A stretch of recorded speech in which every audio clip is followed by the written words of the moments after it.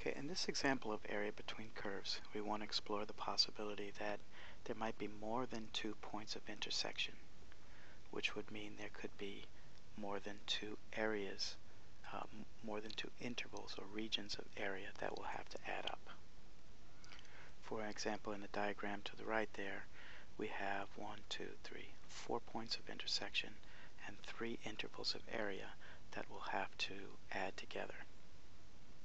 So the only way we're going to find these out, now if we could draw a picture or we could graph these functions fairly accurately, we might be able to see what's happening, but this one is a little bit more difficult, and the only way that we're going to be able to do that is by solving the system simultaneously and finding out the points of intersection, and then testing to see which function is above which function in each given interval.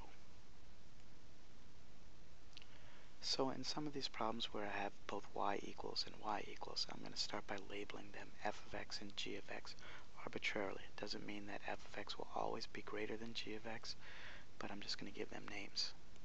Solving them simultaneously, I would get f of x equals g of x, or f of x minus g of x is equal to 0. So I've created this new function, f of x minus g of x, and it tells me a lot of information. When this new function is 0, I have a point of intersection between the two functions.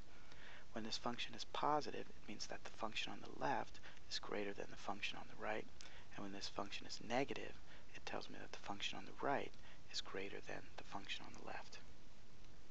So it's going to give me a lot of the information that I need. So I begin by setting the two functions equal to each other, solving, or bringing everything to the left. I get x to the fourth minus 5x squared plus 4. By letting u equals x squared, I can then rewrite this in quadratic form, factor,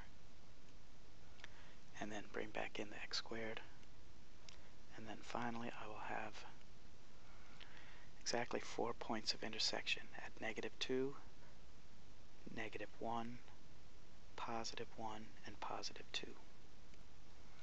And I'll create a number line, and that shows me that I do have 3 intervals. Since I have 4 points of intersection, I'll have 3 regions of area enclosed between the two curves.